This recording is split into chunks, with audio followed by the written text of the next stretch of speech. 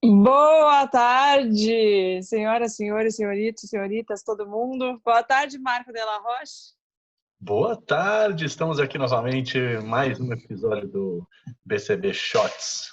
Seja bem-vindo, Mais Fernando. um. Estamos aqui na ponte Rio-São Paulo hoje.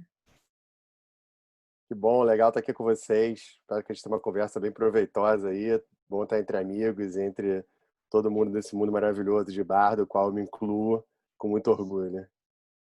Muito bom. Para quem não conhece, Fernando é uma figura que tem trabalhado bastante, aparecido bastante esses dias aí em várias mídias. O Fernando, ele é advogado de formação, ele é sócio do Mesa Bar no Rio, junto com a Andressa Cabral. E, além de tudo, ele é o presidente do Cindy Rio. Então, ele tem aí várias frentes que são muito interessantes para a gente nesse momento. Então, muito obrigada por ter aceito o nosso convite. A gente acredita que vai ser uma conversa muito enriquecedora aqui, porque a gente está num momento em que, bom, tem vários assuntos pipocando, o BCB tem várias frentes, vários públicos, e você que tem do lado dono do bar, sindicato, advogado, né, a gente consegue chegar no nosso propósito de hoje, que é ter um tema que tem a sua complexidade, mas a gente quer ir num caminho muito neutro, justamente porque aqui a gente fala com donos de bares, a gente fala com equipe, com funcionário, então aqui o assunto, a gente vai nesse caminho bem de agradar todos os campos aqui, né? Que tem muita gente assistindo, interessada e com muitas dúvidas também nesse momento, né? Sim. Bom, não, natural, mas espero que a gente consiga esclarecer a maior parte possível de dúvidas e trazer uma mensagem também de esperança, né, nesse momento tão difícil que a gente está vivendo.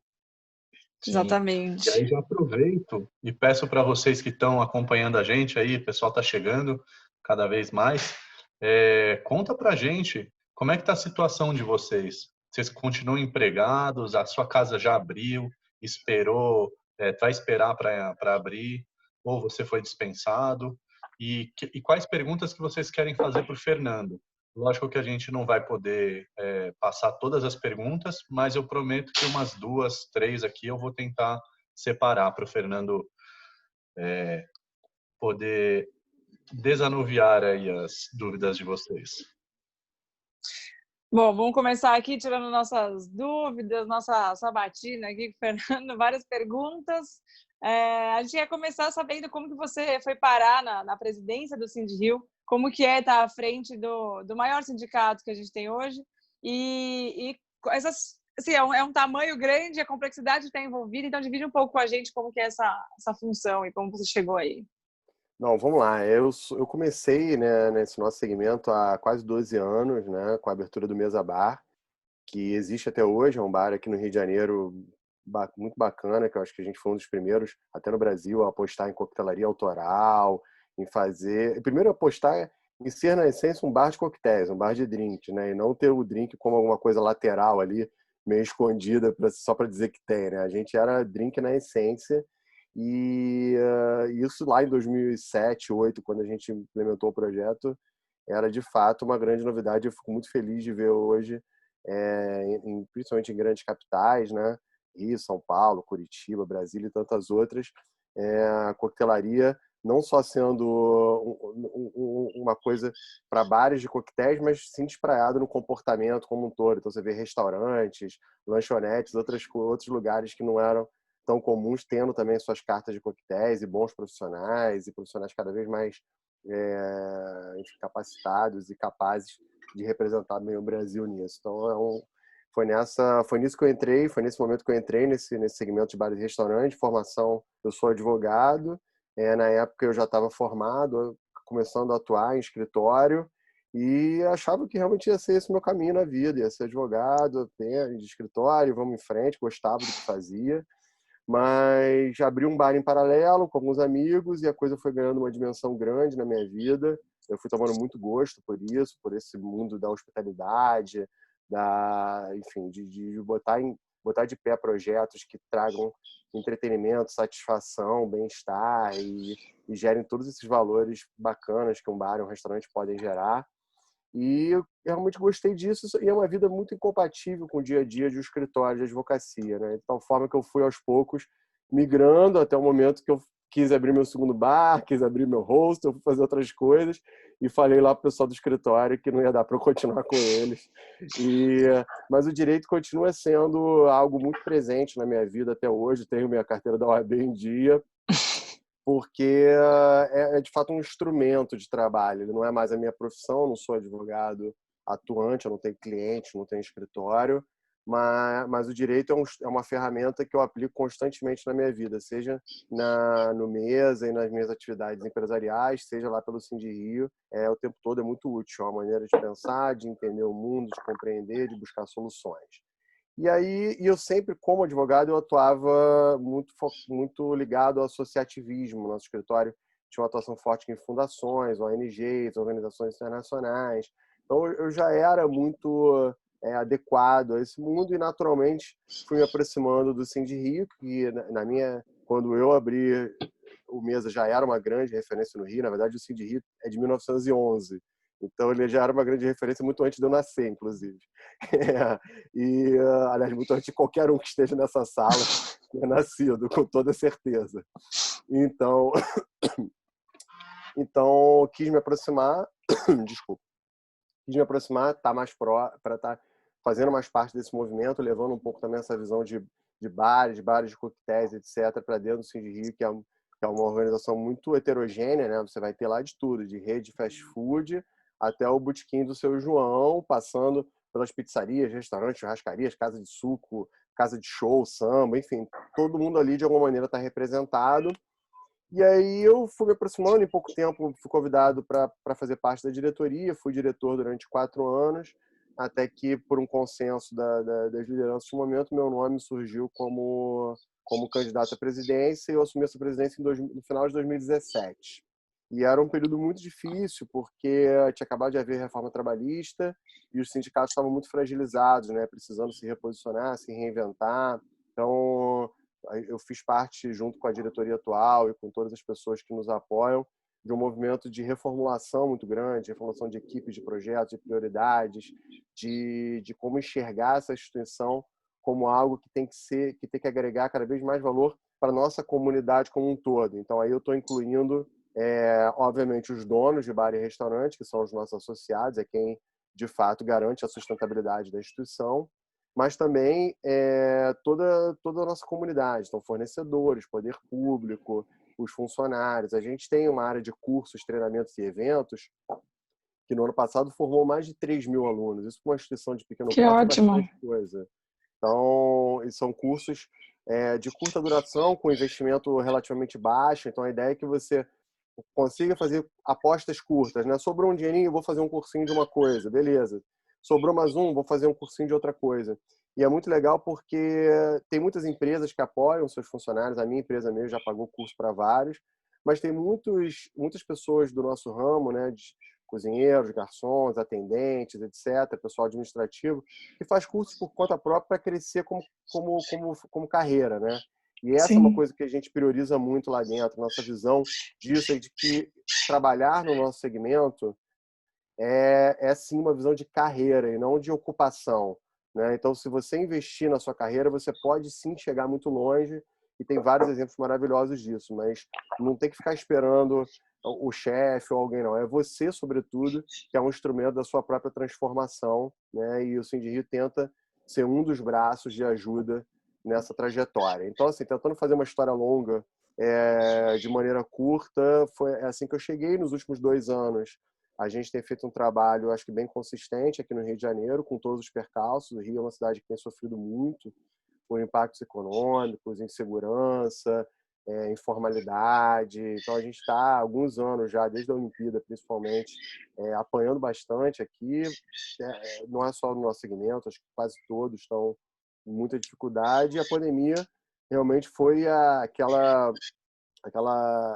assim, o último golpe de misericórdia de quem ainda estava com esperança de retomada esse ano. Então, por conta disso, vai ser um ano extremamente difícil, acho que para todo mundo no Brasil inteiro, né?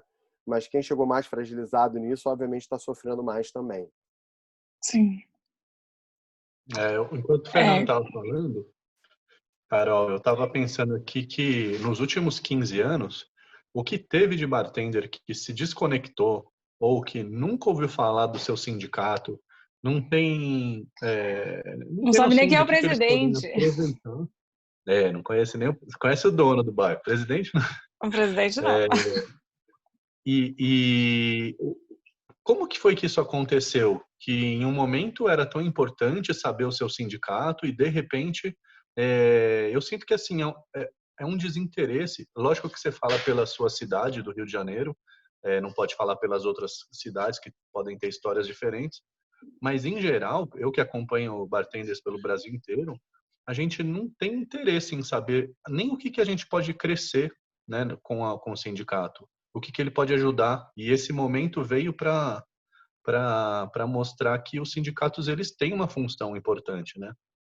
Perfeito. É isso aí, eu acho que tem sim. Cara, eu acho que, na verdade, tem um problema cultural nosso, como sociedade mesmo, de entender o nosso papel como seres que vivem em comunidade, né? E não individualmente falando. Quer dizer, se eu sozinho, Fernando, não faço nada.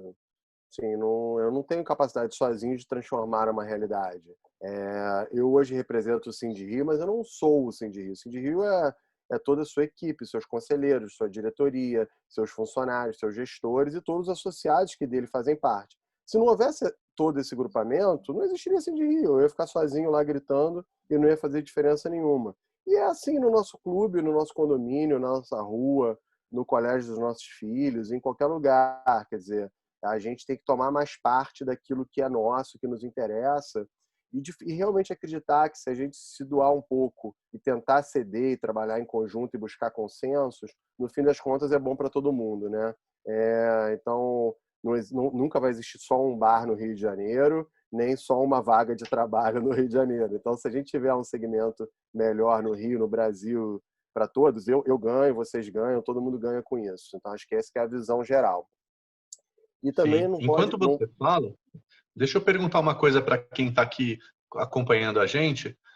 Responde para a gente aqui, para a gente ter uma noção se vocês estão conectados ao sindicato de vocês ou não. Tipo, vocês buscaram eles nesse momento ou não fez diferença?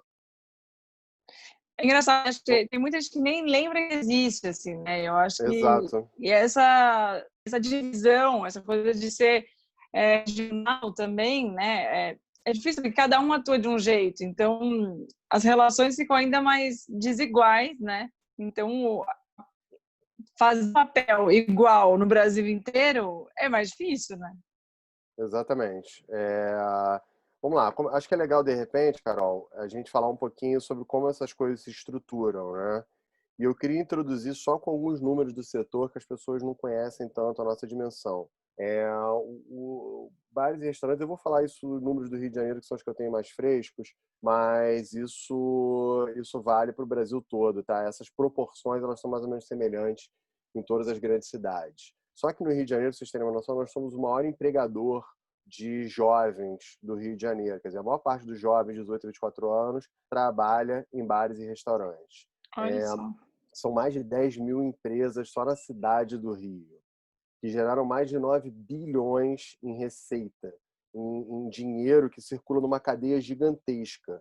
Essa cadeia ela impacta mais de 500 mil famílias só na cidade do Rio.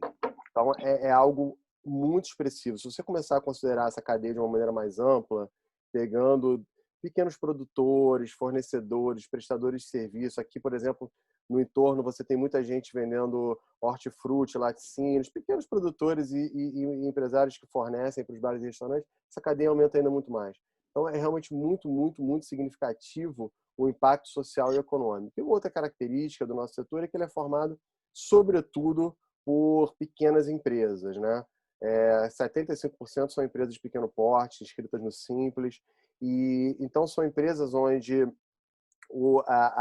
a estrutura de negócio ela é muito estreita. Você tem ali o dono muito ombro a ombro com seus funcionários, né? Então, é um modelo também que você vai criando laços. É claro que nem em todo lugar é assim, gente. Eu não sou ingênuo, né? Mas, assim, muitas vezes você cria laços de fraternidade mesmo, né? Não tem tanta aquela estrutura de empresa, não. As regras, as normas, manda que eu obedece, eu mando, você obedece. Você está ali no dia a dia com a pessoa. Quantas vezes eu não saí para tomar chopp com meus funcionários depois do dia de trabalho, e assim vai. Porque são empresas pequenas onde todo mundo depende muito um do outro, né? E a gente passa, o nosso tipo de trabalho é um tipo de trabalho muito extenuante, né? A gente fica muito tempo em pé, muita correria, principalmente em casas que estão cheias, e a gente quer que as nossas casas estejam cheias, obviamente. Então é sempre muito intenso. Então, quanto mais harmônico for esse processo, quanto mais bacana for esse tempo de trabalho, melhor é a nossa vida, não é isso? Então, é isso que eu acho que a gente tem que ter muito em mente. E aí os sindicatos eles podem ter um papel muito relevante nisso. Como é que funciona sindicatos? Primeiro, você tem sindicatos laborais, que são dos funcionários, e sindicatos patronais ou empresariais, como eu prefiro chamar. Eu acho que essa ideia de patrão e empregado também é uma coisa que, pelo menos na minha empresa, eu não aplico isso, e não é isso que eu acho que deve ser a regra. É claro que às vezes existem interesses divergentes, mas a ideia é que se você estiver trabalhando em conjunto, você consegue melhorar as condições de vida de todo mundo, da própria empresa, de quem trabalha nela, etc. Então, nessa nova lógica, inclusive, é muito comum, e aqui no Rio de Janeiro é um caso maravilhoso disso, onde os sindicatos laborais e os sindicatos das empresas têm um diálogo muito franco, aberto e colaborativo. Não existe briga entre sindicatos. Existe, óbvio, se você entra numa mesa de negociação, um faz uma proposta, o outro faz outra, você tenta compor e tal, é do jogo isso. Mas a gente sempre sai de todas as reuniões com um acordo fechado, com respeito mútuo, com muita consideração de parte a parte. Então, aqui no Rio, a gente tem o Cigaban, que é o Sindicato de Garçons, Bartenders e Maîtres, e o Sindirefeições, que é o Sindicato de Refeições Rápidas, etc., que é onde é muito comum ter o pessoal da cozinha, da retaguarda, da administração. Ainda tem o Sindicato dos Hoteleiros, mas que é um resquício da época onde o pessoal de restaurante estava dentro dos hotéis também. Então, mas, no geral, a gente todo ano firma convenções, conversa e consegue chegar num meio termo interessante. O que são essas convenções e acordos, né? Como é que funciona isso? Você tem convenções coletivas. Convenções coletivas são acordos entre os sindicatos que obrigam a todo mundo da categoria, seja ele sindicalizado ou não interessa. Então, se o Sindirio faz uma convenção coletiva com o Cigaban, isso vira lei para todo mundo que trabalha em bar e restaurante dentro do Rio de Janeiro. Okay? Então, essas convenções normalmente são anuais e elas traçam uma série de normas, regras, benefícios, etc. E desde a reforma trabalhista tem um peso ainda maior. Tem peso realmente de lei. Você só não pode ser contra aquilo que está na Constituição. Eu não posso acabar com o direito a férias, por exemplo, acabar com o 13º, acabar com licença maternidade, tudo aquilo que está na Constituição, você não pode mexer. E normalmente essas convenções elas não acabam com direitos, não. Pelo contrário, elas normalmente trazem benefícios a mais. Tá? Esse é o mais comum. Então, essas convenções, como eu falei, elas se aplicam a toda a categoria, seja associado do Sindirio ou não, seja o funcionário sindicalizado ou não. Além disso, você pode ter acordos coletivos. Acordos são acordos entre a empresa e o sindicato da categoria. Então, digamos que a empresa X queira fazer uma regra especial só para aquela empresa, vamos dizer, por exemplo, um banco de horas, um acordo de gorjeta ou outras coisas. Ele quer fazer uma regra específica para aquela empresa. Ele vai até o sindicato da categoria, o sindicato da categoria chama os funcionários para conversar, explica o acordo, chega no consenso, faz uma assembleia, vota-se, e o acordo passa a ser uma lei para aquela empresa. Então, a convenção é uma lei para todos, né? E o acordo é uma lei específica para aquela empresa. Normalmente, essas convenções e acordos têm validade de 1 ano, 2 no máximo. Tá?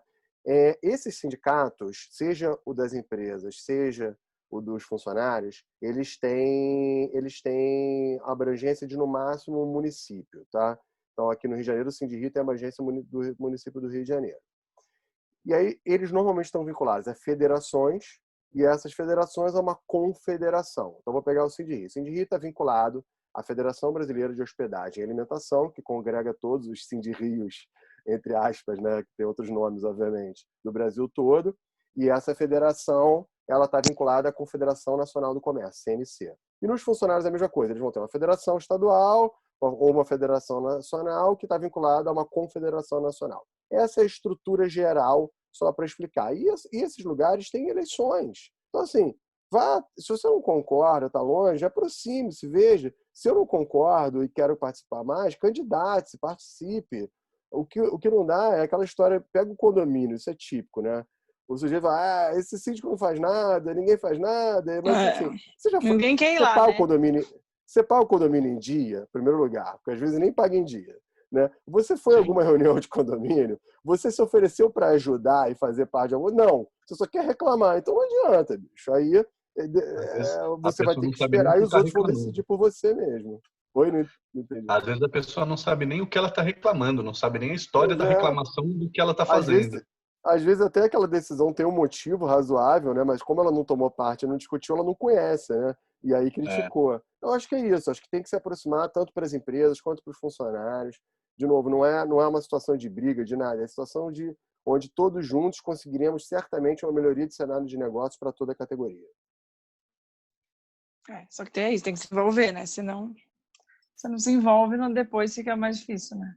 Exato. E isso Que poderia ser opinar. importante para fortalecer também. O Sindrio, ele hoje é o maior sindicato do Brasil. Tá? A gente tem mais de 2.000 associados, 2.000 empresas associadas só na cidade do Rio. Isso, pelos nossos levantamentos, é muitas vezes o somatório de outros sindicatos. É realmente um número muito, muito impressionante e que não é mérito só meu. Eu estou aqui como uma pessoa que está à frente fazendo o trabalho desse momento, é um mérito histórico que foi sendo construído ao longo do tempo e de credibilidade, de isenção, de representatividade, de responsabilidade também. Então, por exemplo, a gente não tem vinculação político-partidária, nós somos políticos no sentido de atuar junto ao poder público para trazer melhorias nas condições de negócio, mas não apoiamos esse ou aquele candidato. Então, a gente é uma instituição, eu acho que goza dessa credibilidade, para vocês terem uma noção. A gente tem auditoria externa independente que emite relatórios sobre as nossas contas. Então, tudo muito transparente, com governança, etc., para que a gente tenha uma instituição realmente forte e que tenha capacidade de gerar valor para toda a nossa cadeia. Bom. Marco, por então, eu aí? estava pensando, né? Você está falando dessa história, né, dos sindicatos, mas nesse momento de pandemia, como que tem sido o dia a dia do sindicato? O que vocês estão recebendo dos empresários? Por consequência, vocês estão lendo, né, o que está acontecendo com os funcionários? E se você puder também dar uma mapeada, sem se comprometer, mas com o que você está vendo no cenário de um Brasil que tem vários, né, vários cenários diferentes mesmo, né? Você tem cidades completamente diferentes, com características diferentes, né? Rio de Janeiro, como você falou, turístico, mas como é que você vai deixar um mercado fechado numa cidade do interior de Goiás, né? E como que você vê o papel dos sindicatos atuando nesse momento da pandemia? Os avanços ou as oportunidades que a gente acabou não decolando? Vamos lá. O papel dos sindicatos é só uma pergunta bem pertinente, porque me parece que historicamente isso foi mudando e, como eu falei, principalmente desde 2017, acho que há uma necessidade de reposicionamento clara. Os sindicatos tradicionalmente eles foram criados lá na CLT em 45 como aquele instrumento mediador para a luta de classes. Então, o aspecto principal do sindicato era: vamos botar patrões e empregados na mesa para negociar os acordos coletivos e as convenções coletivas. Isso não deixa de ser o papel do sindicato também, porque precisa. Mas, como eu falei, essa negociação hoje ela é feita muito mais em termos de colaboração do que de conflito. E isso Uhum. acontece uma vez por ano. Então, assim, o que mais a gente pode fazer o ano inteiro? Acho que a gente pode fazer muito. E esse eu acho que é o ponto principal. Acho que os laborais para os funcionários tem que trabalhar muito junto com os sindicatos empresariais na parte de formação, como a gente faz lá no Sindi Rio. A gente tem, como eu falei antes, um programa chamado Gestão e Carreira, onde a gente tenta trazer conhecimento técnico para todas as áreas da empresa, seja a área de gestão, seja operacional, seja de vendas. Então, e os sindicatos laborais também têm seus cursos aqui no Rio de Janeiro, por exemplo, o Sindi Refeições tem uma escola de gastronomia que é maravilhosa, tá? Que deixa no chinelo algumas faculdades que eu já visitei por aí. Né? Uma estrutura maravilhosa e gratuita para os seus afiliados. Então, assim, esse papel de formação, de capacitação e de ajuda no crescimento profissional de quem trabalha no setor, eu acho que pode ser um dos pilares, porque isso é bom para a empresa, é bom para o funcionário, é bom para todo mundo, a gente ter uma categoria cada vez melhor. É óbvio que empresas e pessoas bem capacitadas vão gerar mais venda, que vão gerar mais riqueza para dentro daquela própria cadeia, né? Além disso, eu acho que ele pode sim ser um canal de implementação de projetos e contatos da indústria e dos fornecedores junto à ponta. Então, fazer essa conexão entre essas milhares de pequenas empresas e milhares e centenas de milhares de funcionários e empregados que precisam também contratar benefícios, prestadores de serviço, insumos, etc., etc., e essas empresas que estão oferecendo esse tipo de coisa. Então, como é que a gente pode conjuntamente negociar melhores condições, melhores ofertas e fazer, às vezes, até ofertas mais adequadas, né? Então, vamos dizer assim, vamos pegar um motoqueiro precisa de um seguro de vida específico para aquilo. É diferente do seguro de vida de alguém que trabalha no escritório, né? Um seguro de saúde pode ser diferente, precisa, às vezes, vou dizer aqui o caso do Rio, as pessoas muitas vezes moram até fora do Rio, né? Região metropolitana, né? Porque são áreas onde o custo do aluguel é mais barato, etc. Então, de repente, esse cara vai precisar de uma rede hospitalar lá e não aqui, e não perto de onde ele trabalha. Então, como é que você olha para esse tipo de... Então, assim, tudo isso é muito... pode ser muito trabalhado se você trabalhar sempre em conjunto, né? Então, você consegue ter ofertas de produtos e serviços mais adequadas às necessidades do segmento e, principalmente, mais baratas e com melhores condições porque você está negociando em grupo. Lá no Sindi Rio, a gente tem 2.000 empresas. Que empresa fornecedora não quer negociar com 2.000 de uma vez? Óbvio que ela quer. Só que para ela negociar com 2.000 de uma vez, ela vai ter que dar algum benefício, né? Vai ter que apoiar ou apoiar algum projeto, apoiar um curso, apoiar um evento, apoiar alguma coisa que gere valor para a categoria. Então, nisso você vai fazendo toda uma cadeia de geração de valor compartilhado, onde o fornecedor se beneficia porque tem acesso a esse mercado mais amplo e os associados se beneficiam porque tem condições melhores ali e mais adequadas. Então, essa relação com fornecedores é outra. Além disso, acho que a gente tem um papel também de geração de dados que possam nortear a imprensa, os próprios fornecedores, os tomadores de decisão e o poder público, dados específicos sobre o setor. Então, isso no Sindi Rio também é uma coisa que a gente botou de pé logo desde o início. A gente tem uma assessoria econômica que traz dados econômicos, a gente tem uma assessoria jurídica que traz dados jurídicos e daí por diante. Então, trazendo sempre dados precisos e específicos. Então, não adianta eu chegar assim, a inflação foi tanto. Tudo bem, mas qual é a inflação de alimentos para o setor? É diferente da inflação geral. Na inflação geral, você está levando em conta aluguel, você está levando em conta petróleo, você está levando em conta um monte de coisa.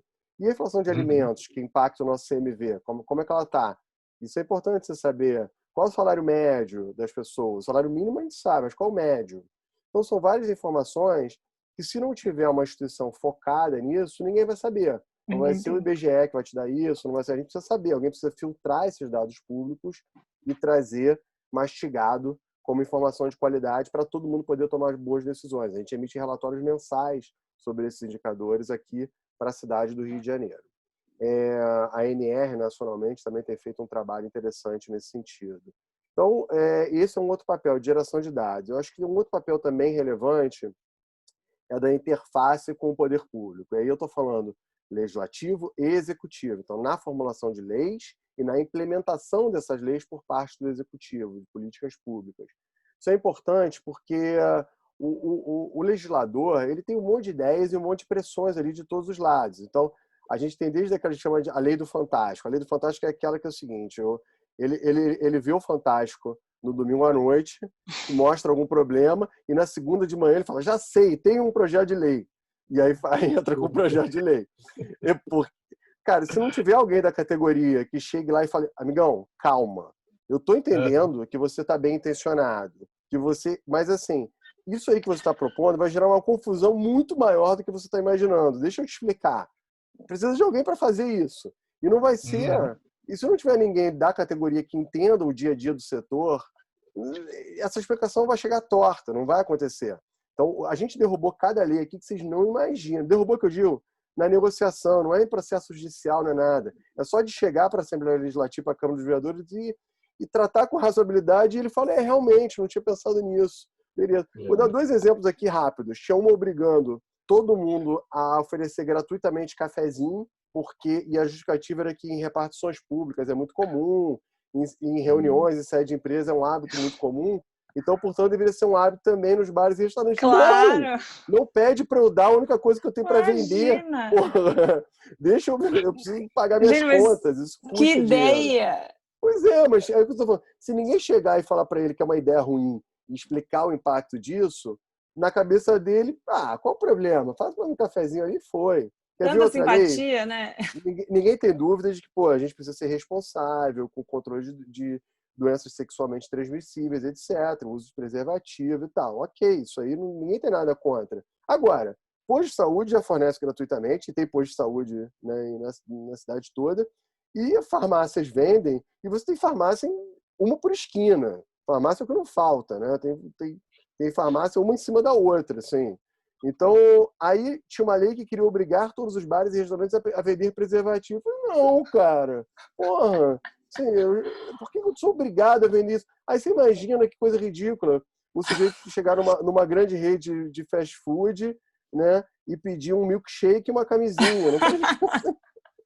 Não tem sentido, né, gente? Pois é, mas alguém teve que ir lá dizer isso para ele. Isso eu estou falando das leis mais absurdas, mas tem outras, óbvio, muito mais complexas, em termos tributários, etc., e que a gente está ali o tempo todo atuando. Então, esse papel é também um papel que os sindicatos podem e devem exercer. A gente lá no Sindirio faz esse acompanhamento direto, a gente tem uma pessoa de relações institucionais só para isso. Então, acho que os sindicatos hoje eles estão muito mais...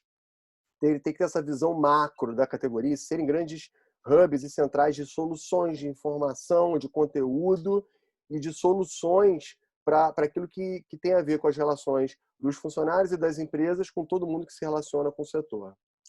Agora, falando um pouco do assunto do momento, o que está gerando aí mais discussão, que é a reabertura dos bares e restaurantes.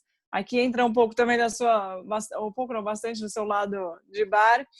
O que você tem visto, como tem sido essa tomada de decisão, se já tem algum percentual aí de quem reabriu, quem não reabriu, os principais erros, acertos aí desse momento para a reabertura, que acho que é um assunto que está em alta agora, né? Não, com certeza. Muitas cidades estão reabrindo ainda aos poucos, com muitas restrições, e tem que ter muita prudência mesmo, né?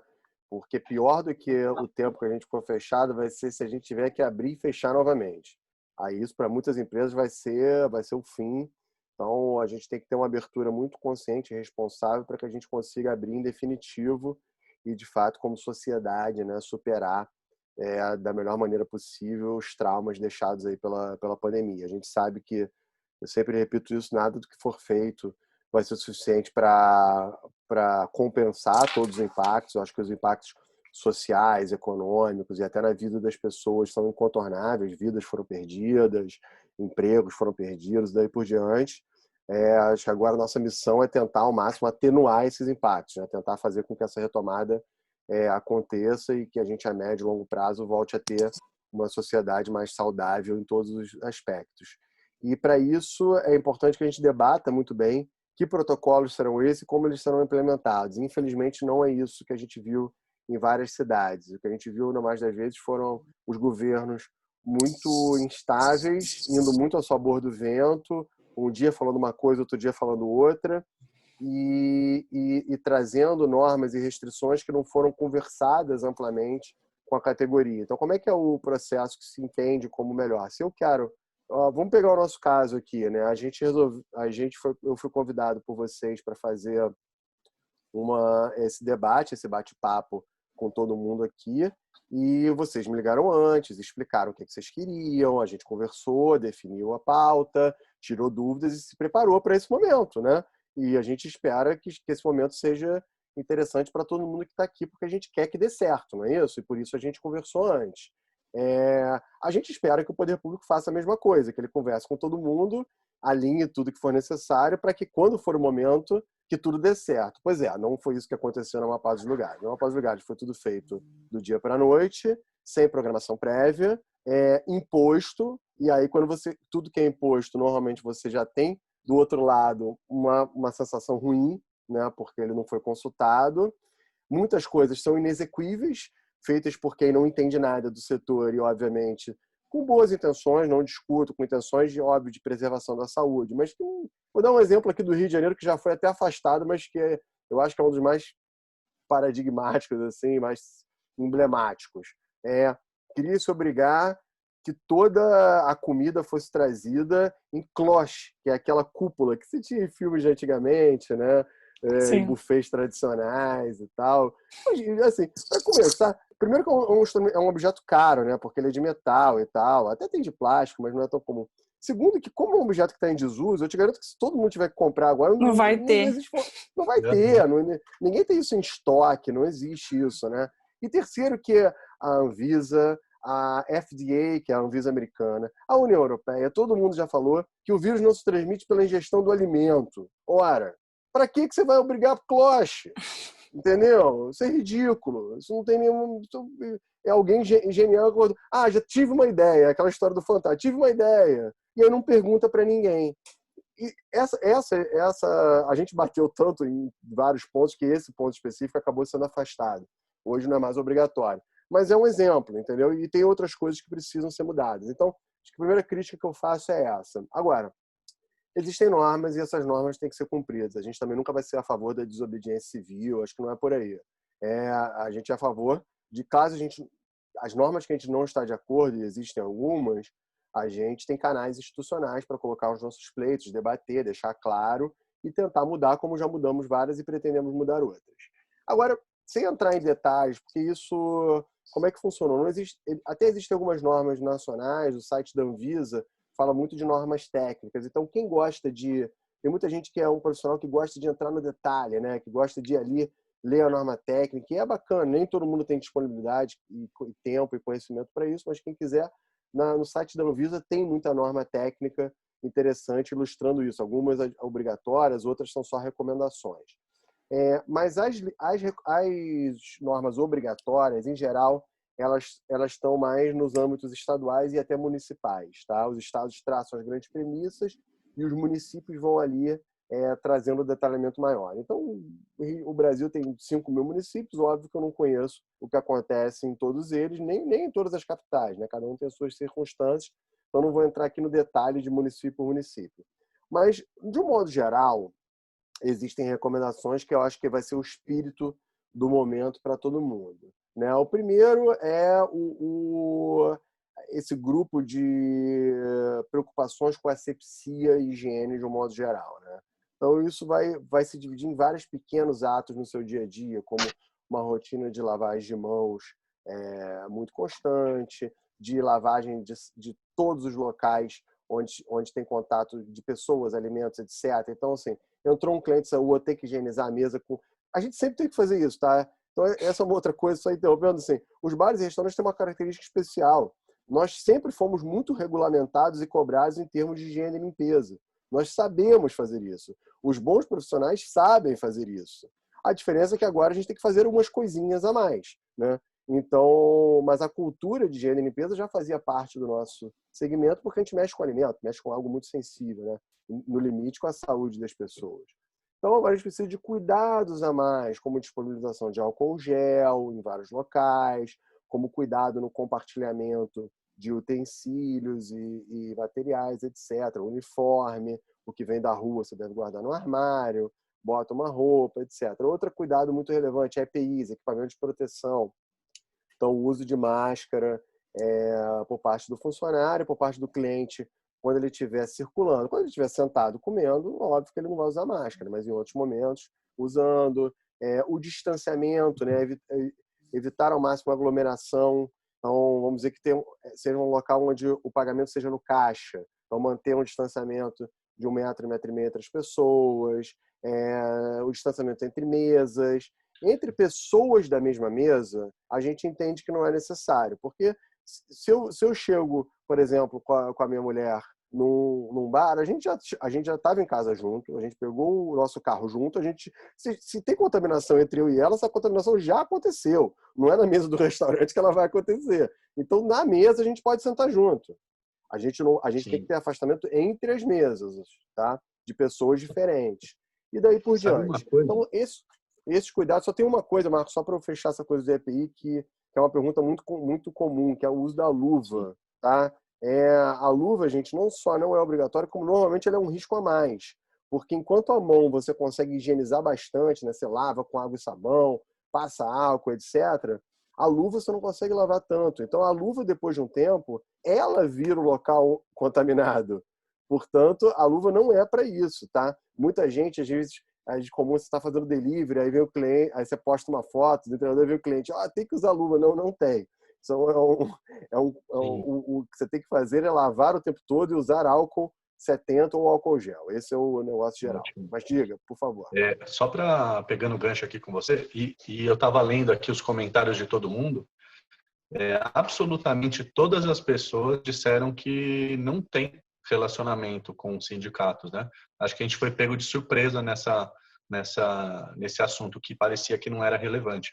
Mas eu queria, quando eu fiz um stories sobre o nosso papo hoje, uma pessoa me mandou um recado lá dizendo assim, cara, eu não consigo entender qual que é a lógica de restringir o horário e, teoricamente, aumentar a aglomeração, né? As pessoas vão querer ir num horário menor. Então, eu queria que você explicasse esse ponto específico, qual é o racional por trás disso, o que você acha, e um outro que é o meu, pessoal.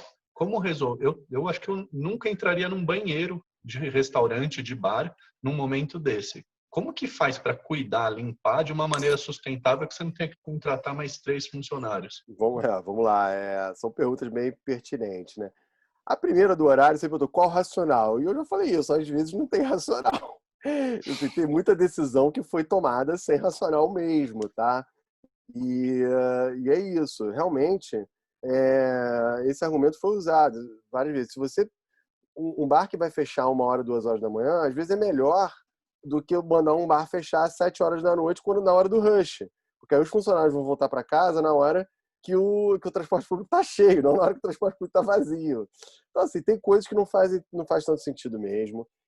Aqui no Rio de Janeiro teve uma ação civil pública do qual o Sindi Rio tomou parte, e o nosso jurídico foi lá questionar algumas posturas da prefeitura e perguntando, inclusive, quais os critérios técnicos de algumas decisões, e esses critérios não foram muito bem estabelecidos e respondidos. Então, de fato, em várias dessas restrições não há uma resposta segura.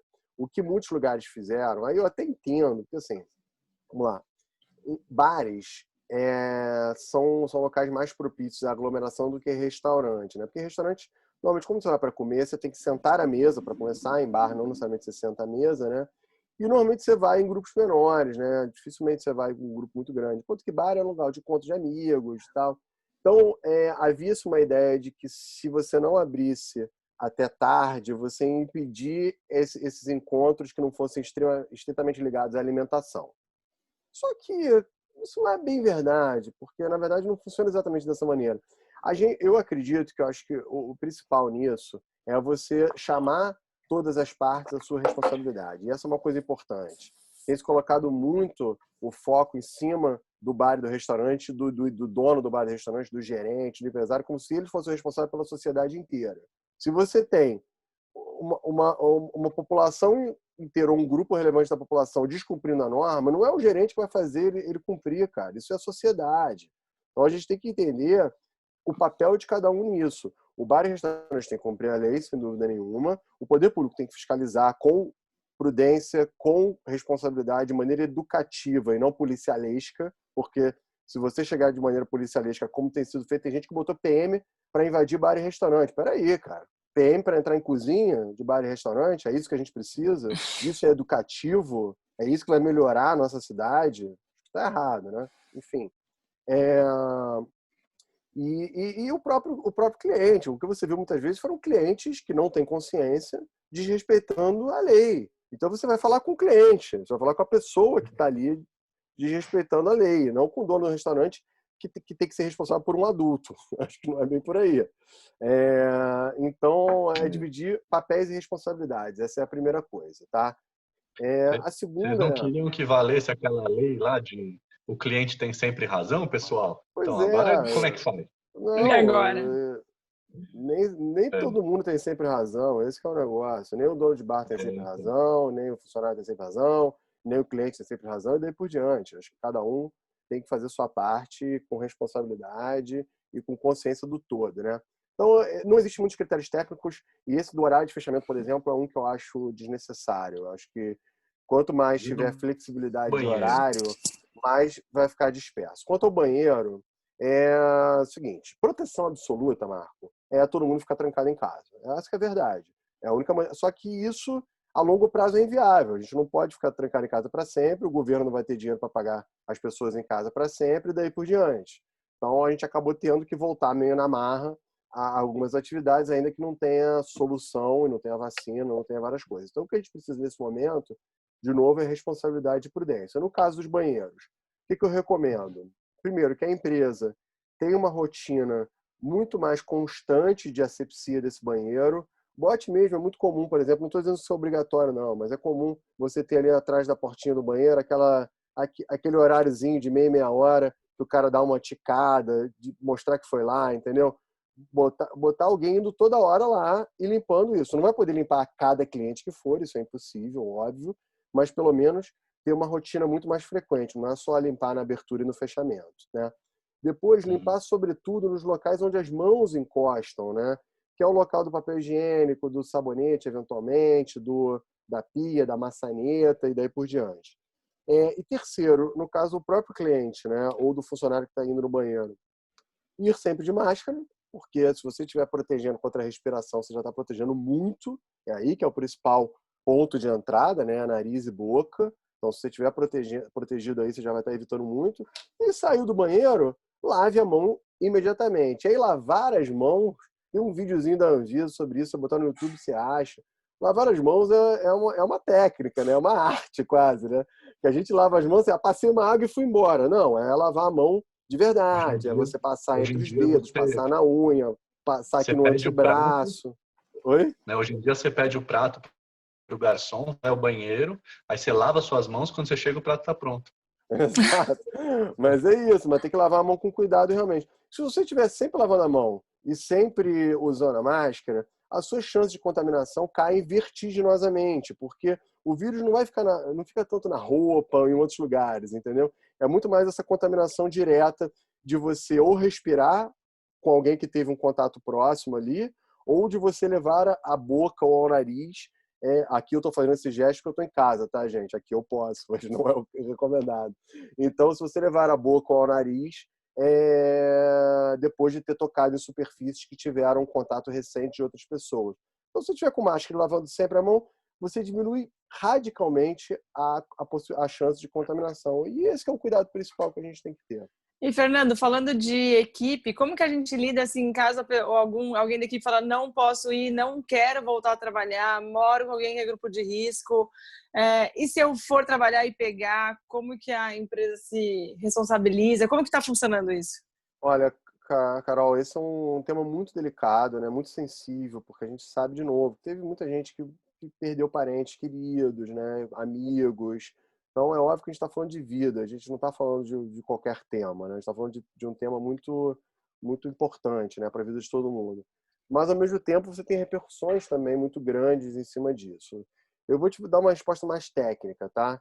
Juridicamente, se a pessoa for convocada e o trabalho, ela tem que comparecer, tá? A não ser que ela esteja contaminada, aí é outra história. Mas Entendi.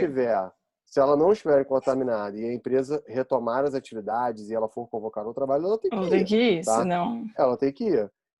Não existe nenhuma lei que fale que é opcional você aparecer ou não no trabalho, tá? E se você tiver alguém esse negócio de ter alguém de grupo de risco em contato também é muito relativo, porque no limite todo mundo tem alguém de grupo de risco em algum momento, né? Pode não ser dentro da sua casa, mas é um vizinho, então você está indo para o elevador, você vai estar no transporte público. Assim, na verdade é o seguinte, depois que a gente sai de um confinamento absoluto, todo e qualquer contato humano passa a gerar risco. É uma verdade isso. Então o nosso papel é atenuar esses riscos, tá? Então, eu acho que, na verdade, a divisão é entre quem está contaminado, está doente naquele momento e quem não está, né? E quem está contaminado, esse sim tem que notificar e ele tem que cumprir os procedimentos médicos necessários, né? Se não tiver nada grave, a gente espera que não esteja, que pelo menos cumpra a quarentena até que os sintomas desapareçam e ele possa retomar as atividades. Porque eu vejo que o grande medo que está rolando também é muita gente falando, tá, se minha equipe vier Acho que teve um caso nos Estados Unidos, né? Que teve um lugar que assim, a equipe pegou, e aí você tem que fechar por causa disso, né? Tá tendo agora uma discussão muito grande, porque na verdade, gente, a gente tem que pensar que isso tudo é muito recente, e ciência, pesquisa, tecnologia não trazem respostas assim tão rápido quanto a gente gostaria, né? Você pensar que em janeiro estava todo mundo ouvindo falar de uma nova doença na China. E quantas vezes a gente não ouviu falar de novas doenças por aí? O Ebola tem um maior tempão e nunca teve no Brasil. Quer dizer, se teve um caso esporádico, sei lá, aí é ignorância minha, mas nunca foi uma epidemia, né? Então, nunca foi uma epidemia para o Brasil, né? Então, quantas doenças já não ocorreram e não geraram esse impacto todo? E aí isso começou a ocorrer em janeiro na China, e em março a gente já estava trancado em casa com as empresas fechadas. Então foi realmente tudo muito rápido e é óbvio que as respostas ainda não estão na mesa. Muita pesquisa está acontecendo no mundo inteiro e a gente tenta, dentro do possível, através da imprensa, dos órgãos oficiais, etc., e dos institutos de pesquisa e universidades, tentar chegar a respostas mais seguras, né? Então eu acho que é um momento ainda de muita indefinição. Não é um momento da gente ter certezas. Parece, por exemplo, que existe um risco muito grande para frigoríficos, porque eles estão em espaços mais propensos à propagação do vírus. Houve contaminações muito grandes dentro de frigoríficos, mas não tem nada a ver com bar e restaurante, estou só citando um exemplo. O bar e restaurante também vai depender muito de quanto mais arejado, melhor. Então, vou dar um exemplo lá no meu bar, é um local fechado, mas que tem janelas. A gente está pensando em manter as janelas abertas permanentemente, desligar o ar. Agora, como é que vai ser no verão do Rio de Janeiro que faz Nossa, 40 né? Agora graus? tá 40 Será que vai graus e dar? sem ar-condicionado. Será que vai dar para manter assim? Eu não sei se isso o cliente vai querer ficar, entendeu? Então, são coisas que tá todo mundo aprendendo, tá todo mundo aprendendo muito, e eu acho que por isso que eu volto a ser até redundante, repetitivo, mas eu acho que é o tempo todo diálogo, colaboração, pesquisa, informação, responsabilidade. É um trabalho constante que as instituições têm que fazer, o Sindrio faz parte dessa rede, mas enfim, todo mundo tem que estar muito responsável e atento e se informando bastante, porque o que vale para hoje talvez não valha para a semana que vem, né? Então é um trabalho Bom, constante. é cada estado com as suas leis, né? E eu acho que o que a gente tem visto, que acho que é importante para quem está assistindo aí também, é a confiança que você tem na marca. É como cada marca constrói a sua relação com o cliente, como que você divulga todas as suas alterações, todas as suas melhorias. Então tem muito com isso. É muito mais provável quem saia de casa vá num bar que acha que é confiável, conheça a gestão minimamente, do que você estar andando na rua aleatoriamente e entrar num restaurante, né? Então você tem que construir isso também com o cliente. Eu vou aproveitar aqui que a gente está nos nossos minutos finais. Tem uma pergunta que daí já emenda também com uma dúvida que era nossa, né? Que tem a ver com a questão de tipos de contratação. Acho que a gente já estava vindo disso, né? De transformar as pessoas em MEI, mesmo trabalhando como se fosse CLT. Então tem uma pergunta aqui que fala: trabalhar com serviço é muito complicado, as leis trabalhistas levam o profissional a se tornar PJ. A questão é, o valor da hora trabalhada será alterada? Existe adicional por risco? Vale pela situação atual do Covid? E agora, com a reabertura, muitos foram afetados, principalmente os trabalhadores independentes. Então, acho que a gente pode juntar um pouco dos tipos de contratação com essas alterações possíveis aí do momento. Vamos lá, essa é uma pergunta, na verdade, bem complexa, que exigiria uma explicação longa para cada ponto. É difícil para mim, num tiro, responder tudo, né? Porque eu teria que falar de cada tipo de contratação, de o que são, enfim, regulamentos de modo geral. Então, tem uma parte técnica que eu não daria tempo. Eu vou tentar dar uma pincelada geral no espírito da coisa, tá? Acho que um foco maior nessa história de transformar a equipe em PJ, né? Ainda mais depois do momento de crise, né? Como a gente vai Não, fazer isso aí, com olha isso? só, primeiro tem que ver caso a caso, tá? Existem as leis trabalhistas, em geral, elas são leis nacionais, tá? Então você não pode ter uma lei trabalhista municipal. A lei trabalhista é sempre nacional. Isso é uma primeira premissa. Mas você tem muitas leis trabalhistas e você tem muitos regulamentos em cima disso, portarias, decretos, etc., que vão mudando isso. E você tem uma coisa que é fundamental que chama-se jurisprudência. O que significa isso? Jurisprudência é a maneira como os tribunais vão interpretando a lei. Então, à medida que os casos vão chegando nos tribunais, os processos vão caminhando, é muito comum, nunca cada caso é único, é muito comum você ter casos repetitivos, né? A minha situação foi a mesma situação do Marco, foi a mesma situação de um cara no Pernambuco, e aí aos poucos essas situações vão se repetindo e os tribunais superiores, um belo dia, falam, olha, a gente está entendendo que todas essas ações que são mais ou menos parecidas, a gente vai sempre julgar dessa forma.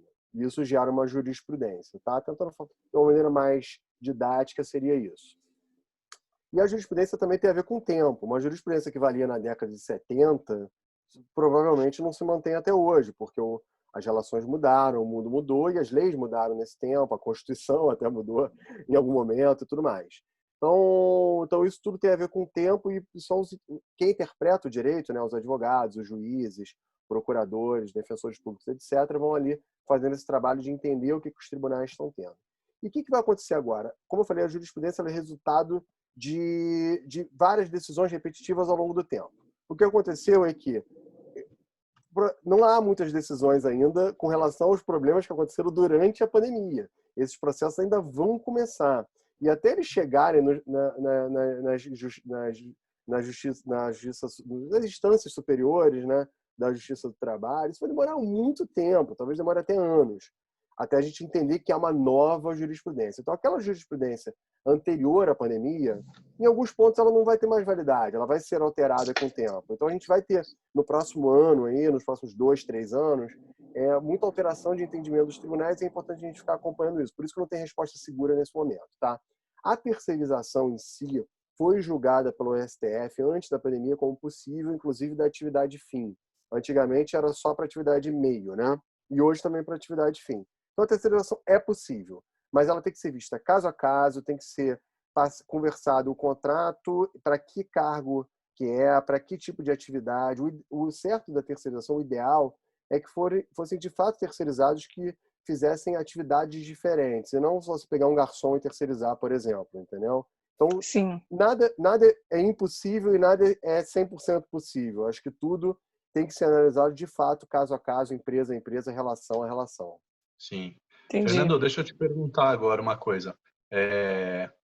Agora, como dono de bar, tá? Queria saber o que mudou. A gente conversou com a Ana, que trabalha no Nômade da Dinamarca, e ela contou de como que foi a transformação entre as pessoas nesse momento de pandemia, né?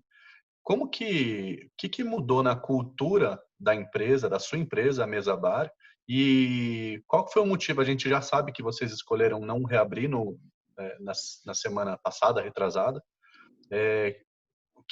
Qual foi essa decisão? Para a gente já ir para os finalmente aqui, para podermos encerrar. Vamos lá, a gente já vai encerrar, mas eu tô acostumado com live de Instagram, cara, que 1 hora o Instagram corta, né? E aí sempre tem aquele momento de desespero. Faltam 2 minutos, vai cair, aí fica todo mundo, né? Aqui a gente. Não vai cair, não vai cair. A gente vai caminhar para o finalmente, mas sem desespero. Tá bom? A bateria tem que passar. Não, prometo que em 40 minutos eu respondo a tua pergunta. Vamos lá. É o seguinte, bom, como é que foi lá pra gente no Mesa, né? O Mesa, ele é um espelho, eu acho, um pouco de um tipo de negócio muito comum. Nós somos uma empresa pequena, não somos uma corporação, um grande grupo, com diretores e investidores. Não, sou eu, a Andressa, estamos lá no dia a dia, tocando o negócio, fazendo as coisas acontecerem. Temos funcionários que estão com a gente há 10 anos, juntos ali, outros mais recentes, mas que também são amigos, estão próximos. Então é uma conversa muito familiar, muito amistosa de dia a dia. A gente foi tomando essas decisões juntas, né? Num primeiro momento, muito rapidamente, a gente teve que fechar o salão, até por questões obrigatórias, não havia possibilidade mais de abrir. A gente fez uma adaptação para o delivery muito rápida, não que a gente não tivesse delivery, tá? A gente tem delivery desde 2014, inclusive em 2015 ou 2016 a gente já fazia delivery de drink, coisa que todo mundo está falando muito. A gente já fazia há anos isso, tá? Mas a gente readaptou o delivery para uma comida mais... A gente mudou o cardápio, de fato. Isso a Andressa foi muito ousada, eu acho. E a gente mudou todo o cardápio, 100% do cardápio, e botou ele um cardápio mais familiar, mais de dia a dia, de casa e tal. Uma delícia, muito bacana. E deu muito certo. A gente rodou umas 2 semanas assim, até que a gente acompanhando os indicadores de saúde, principalmente das ocupações, né, hospitalares, CTI, que a gente viu que realmente a saúde estava próximo do colapso. A gente falou, não, cara, acho que é o momento de proteger todo mundo, a nós mesmos, claro, e a toda a nossa equipe. E a gente sabia que não era o delivery que ia salvar a vida de ninguém, o delivery ajudava, claro. A empresa passou do dia para a noite a ter 0 de receita, e nenhuma empresa fica legal com 0 de receita, óbvio. E óbvio que também, como uma empresa pequena, não tem dinheiro em caixa para ficar fechado e tudo bem, vamos pagando conta. Não fomos pagando conta, foi tudo muito difícil, está sendo muito difícil, mas a gente resolveu priorizar a proteção de todos, né? E assim foi até agora, recentemente. Na reabertura, a gente percebeu que, pelo nosso estilo de negócio, nós somos um local... Cara, o Mesa foi todo fundado e trabalhado todos esses anos como um local de encontro, de bem-estar, de curtição, de dates, de encontros da galera. Enfim, um local que não estava coerente com esse momento inicial, né? Onde está tudo muito difícil ainda, né? Então a gente achou que a gente não ia conectar com esse momento da cidade, né? E das pessoas. E aí a gente preferiu recorrer a instrumentos que permitissem a gente ficar mais algum tempo fechado ainda. E estamos aproveitando, conto para vocês que são nossos amigos aqui em primeira mão, mas daqui a pouco vai ficar cada vez mais público isso, para fazer uma grande reformulação também de posicionamento, de marca, de estrutura e até fisicamente. Seu Marco Della Rocha, aquele bar que você conheceu, não existe mais. Ele foi derrubado, foi demolido. Eu E vi a um gente vai stories da começar... Andressa aí, a semana que vem a gente da começa a obra. construir um novo bar, literalmente. Já que o Mesa sempre teve na coquetelaria algo muito forte, o bar é um grande símbolo, né? Então a gente quis chegar renovado com o símbolo material dele, que é o bar em si, também renovado, também reconstruído. Então Eu a ia gente quer falar isso tentar... também. Quem teve a oportunidade de sentar naquele balcão lá, pôde colher uma parte da história da coquetelaria brasileira. É isso. Não, e o que a gente quer, obviamente, não é destruir a história, nem muito menos ignorá-la ou representá-la. Sim, E sim construir um novo capítulo dessa história, né?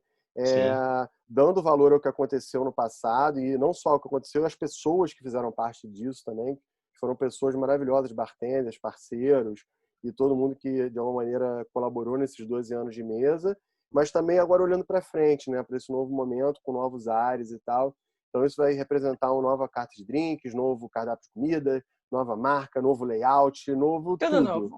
Tudo novo, Legal. e é isso que a gente vai tentar botar de pé, de novo, com muita responsabilidade, com a equipe mais enxuta, com a grana que dá, do jeito que dá, quer dizer, fazendo também tudo muito, muito pé no chão, né? Porque não é hora para grandes arrobos, para grandes aventuras, é hora, assim, de um otimismo no sentido de que a gente precisa olhar para frente, porque, gente, bares e restaurantes não vão deixar de existir, tá? Muitos bares e restaurantes específicos, infelizmente, vão fechar. A gente calcula aqui, eu vou dar esse número para vocês, que mais ou menos de 10% a 15% já fechou em definitivo e até 1/3 deve fechar até o fim do ano. E, obviamente, isso significa milhares de empregos, né? Então, a situação é muito difícil. Muitos especificamente vão fechar, mas como segmento a gente não vai acabar, né? Não é que nem, sei lá, videolocadora que acabou, né? Não, o bar e restaurante não vai acabar. A gente vai voltar em algum momento, porque a gente faz parte da cultura, a gente faz parte de comportamento. E esse comportamento, quando possível, vai ficar forte de novo, eu tenho certeza disso. Acho que o que a gente está tentando fazer lá com o Mesa, que eu recomendo para todo mundo, é você tentar, nesse novo momento, sabendo que esse novo momento não é só mês que vem, ele vai durar durante um tempo, ter uma nova postura e uma nova abordagem, repensando o seu negócio, ainda que ele desse certo antes, tá? O Mesa não estava indo mal e por isso a gente mudou. O Mesa precisava se readequar a esse novo momento da sociedade de comportamento. E assim todos vão ter que fazer. Isso vale para quem estava com dificuldades podendo se repensar, e para quem está vindo bem também tem que se repensar, se adaptar e olhar para essa nova conexão de sociedade, de comportamento que a gente vai ter daqui para frente, com restrições que vão durar algum tempo, a gente não sabe quanto, e restrições também econômicas, né, gente? Até as pessoas recuperarem sua capacidade de consumo também vai demorar. Então, é importante ter prudência, mas ter também otimismo. Vamos trabalhar, porque eu acho que todo mundo que trabalha nesse setor é um apaixonado, e a gente tem que manter esse astral. A gente vive, sobretudo, de hospitalidade. Então, a gente não pode receber as pessoas nessa reabertura com a bola baixa, com a bola murcha. Vamos receber bem, com um sorriso, também não é oba-oba, não é assim, não tem problema nenhum. Não, tem problema, a gente é consciente, sabe disso, mas a gente está aqui disposto para, com responsabilidade, dar a volta por cima. Acho que é isso, enxergar como uma oportunidade agora, né? Seja de rever, de repensar, acho que tem muita... Sempre tem beleza no meio dessa história toda, né? Então, por mais difícil que seja, a gente consiga usar os momentos aí para trazer, talvez, um ar fresco aí para os negócios também, né? Isso aí, perfeito. Sim. Bom, muito bom, gente. Estamos aqui, encerrando. Foi super instrutivo. Obrigada, Fernando, mesmo aí pela disponibilidade. A gente sabe que você está super concorrido nesse momento, mas obrigada aí pela participação. A gente reforça para vocês continuarem acompanhando o nosso conteúdo no site do BCB, no Instagram, no canal do YouTube, onde, inclusive, em breve ficará lá registrado para todo sempre essa nossa conversa de hoje. Boa tarde, Marco. Obrigada aí mais uma vez também. Boa tarde, obrigado, Fernando. Queria lembrar a todos vocês que semana que vem a gente tem um outro papo a gente vai falar de bebidas engarrafadas, bebidas to go. A gente vai chamar aqui tanto a Jéssica Sanches, que é chefe de bar, dona do vizinho, que está fazendo um trabalho de delivery, Já como foi lá do o Mesa Alexandre, também, trabalhou com a gente 2 anos. trabalhou no Mesa também. E como também a Alexandra e o Paulo Ravelli, que lançaram uma marca de bebidas engarrafadas e que estão com um trabalho bem interessante aí para a gente conversar. Se é um caminho, a partir de hoje, todos os bares vão ter que começar a fazer ou não, né? Então vamos falar sobre isso. Obrigado, Carol. Foi um prazer estar aqui com Como você mais sempre. uma. Até terça-feira que vem. Obrigado aí pela oportunidade, por tudo. Foi um prazer estar aqui com vocês, Marco, Carol. Vocês são realmente profissionais que eu admiro muito. Eu já acompanho há um tempo, considero amigos aqui, pessoas que eu acho que contribuem demais para esse mundo de hospitalidade, de bar, que a gente tanto ama. E espero poder ter sido útil nessa conversa, ter iluminado um pouquinho esses caminhos de todo mundo que está aqui, trocar essas ideias com vocês. Para mim, realmente foi um enorme prazer. Podem contar comigo, com o Cindy Rio, viu? Um abraço aí para todo mundo. Muito obrigada. Obrigada a quem participou, obrigada a quem assistiu. Obrigada à equipe da READ, como sempre, pelo todo o nosso suporte aí, organização. E a gente se vê terça-feira que vem, então. Muito obrigada. Boa tarde para vocês. Tchau, tchau.